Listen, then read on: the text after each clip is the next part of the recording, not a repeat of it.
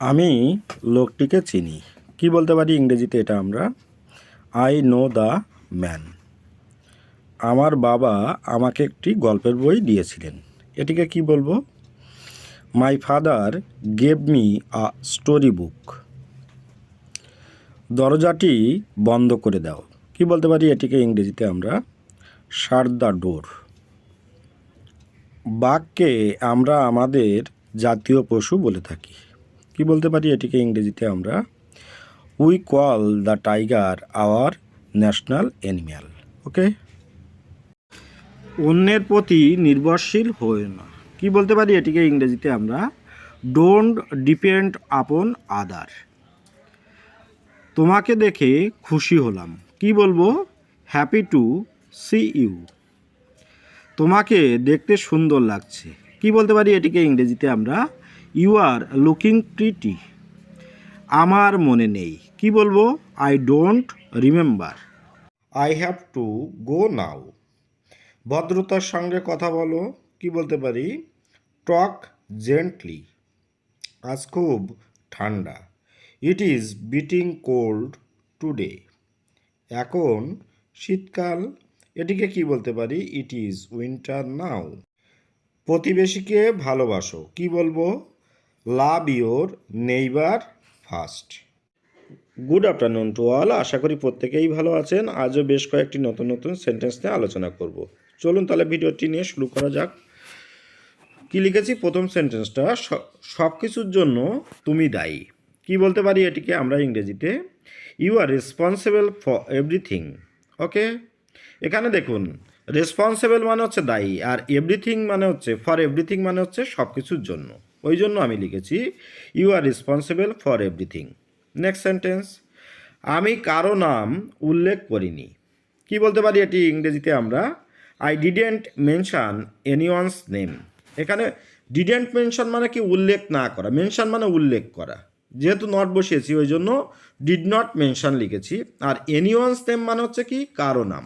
ওই জন্য আমি লিখেছি I didn't mention anyone's name. Okay.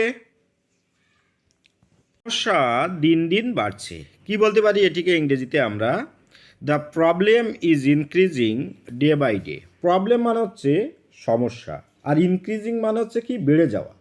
R day by day মানে হচ্ছে দিনের পর দিন। ওকে, এই জন্য আমি লিখেছি the problem is increasing day by day. Next sentence, তোমাকে যা বলা হয়েছে করো। কি বলতে পারি এটিকে আমরা ইংরেজিতে? Do as you are told. Told মানে বলা, আর অ্যাজ মানে হচ্ছে যেমনটি তোমাকে বলা হয়েছে। ওকে, ওই জন্য বলতে পারি আমরা do as you are told. তাহলে আপনার উদ্দেশ্যটা কি? কি বলবো এটিকে ইংরেজিতে আমরা? So what is your purpose. Purpose মানে হচ্ছে উদ্দেশ্য, আর হোয়াট মানে হচ্ছে কি? হোয়াট ইজ ইয়োর পারপাস মানে হচ্ছে তোমার উদ্দেশ্যটা কি। ওকে। নেক্সট দেখবেন আমরা কথায় কথায় বলি, কি বলি? আমার ভালো লাগছে না। হ্যাঁ, এটিকে কি বলতে পারি ইংরেজিতে? I don't feel well. Okay. এখানে হচ্ছে ফিল মানে হচ্ছে অনুভব করা। হ্যাঁ, আর ডোন্ট ফিল ওয়েল মানে হচ্ছে কি? ভালো না লাগা। ওই জন্য আমি লিখেছি আই ডোন্ট ফিল ওয়েল। ওকে। আমি এটা সহ্য করতে পারি না। কি বলবো ইংরেজিতে এটিকে আমরা? I can't tolerate this. Tolerate মানে হচ্ছে সহ্য করা, আর ক্যান্ট বা ক্যান নট মানে হচ্ছে পারি না। ওই জন্য লিখেছি I can't tolerate this. Next sentence, এর জন্য তাকে বোঝান। কি বলতে পারি? Convince him for it. Convince মানে হচ্ছে এখানে বোঝানো। হ্যাঁ, আর এর জন্য ফর ইট, ওই জন্য আমি লিখেছি convince him for it. Okay.